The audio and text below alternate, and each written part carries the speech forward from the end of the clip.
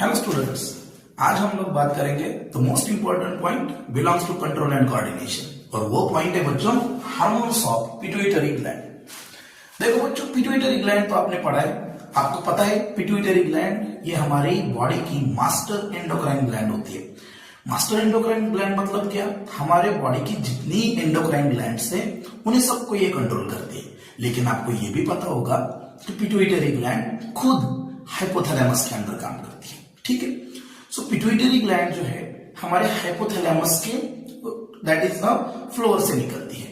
ठीक है, और बाइलोब होती है। बेसिकली पिट्यूटरी ग्लैंड को हम हाइपोफाइसिस कहते हैं और इसके दो पार्ट है। The first part that is anterior pituitary, उसे हम कहते हैं बच्चों एडिनो हाइपोफाइसिस। ठीक है, हम उसे कहते हैं एडिनो हाइपोफाइसिस,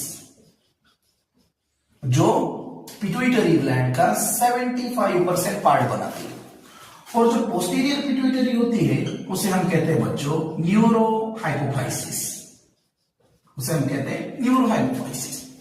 सो ये पिट्यूटरी ग्लैंड का सबसे बड़ा पार्ट है और ये पिट्यूटरी ग्लैंड का सबसे छोटा पार्ट है। ठीक है, सो बाइलोब्ड होती है pituitary gland.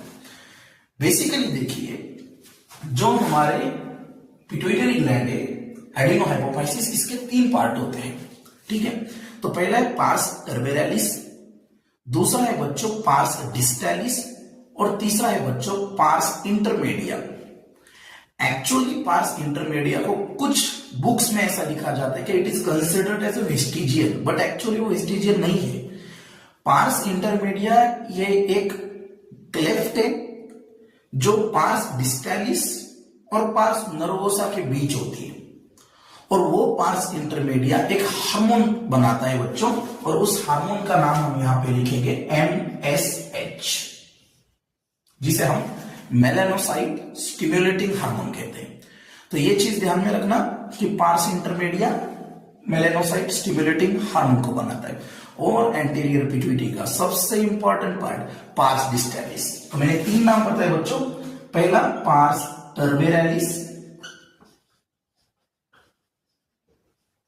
the second one is pars distalis,